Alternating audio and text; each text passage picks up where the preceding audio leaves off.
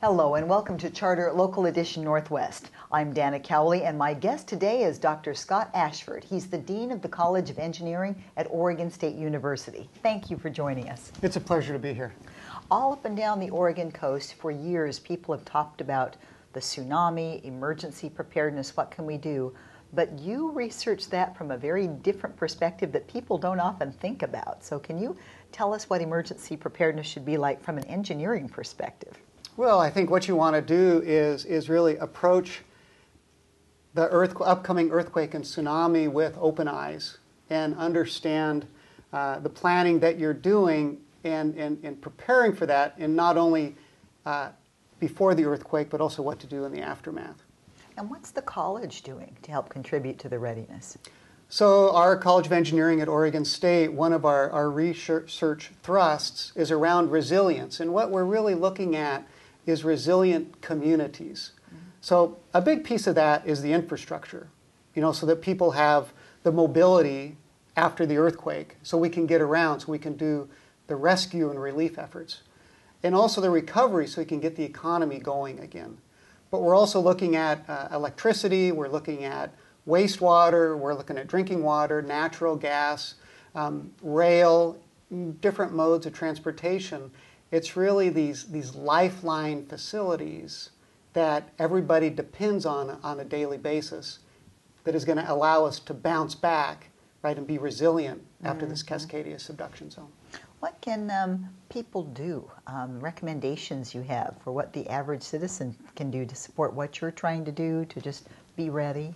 I think one, citizens should educate themselves, right? They should be aware of the risk. They should be aware of the risk at their place of business, at their home, where their kids go to school.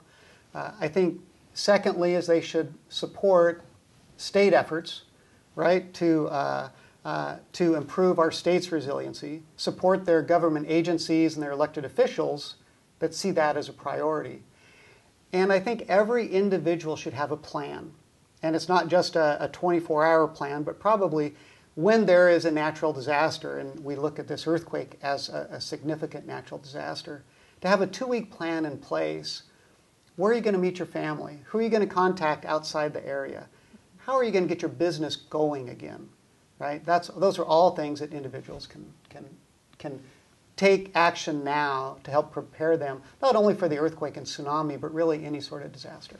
No, I think that's good thinking. It's just a matter of sitting down with the family and kind of getting it on paper when you try it. I've tried it with my girls before, and we could probably update our plan, but it's not that hard to do. It's really kind of deciding you're going to sit down and actually do it that is the getting to, That's right. I think one of the things that we, when we look at businesses, once a year, right, when you're having a staff meeting, you should really go through, okay, if the earthquake happened today, what would we do?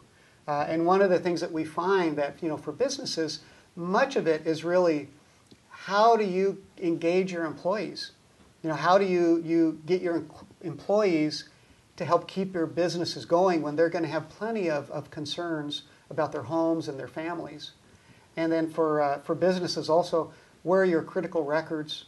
Where is the equipment, the specialized equipment that you need to get back into business? Because after an event like this, one of these subduction zone earthquakes, it's just critical that businesses are able to bounce back and help get the economy going again. Because often what we see is a permanent loss in the economic welfare of the region after one of these events. Well, and I do think when people think of preparedness, they're thinking about their immediate survival and their family's survival.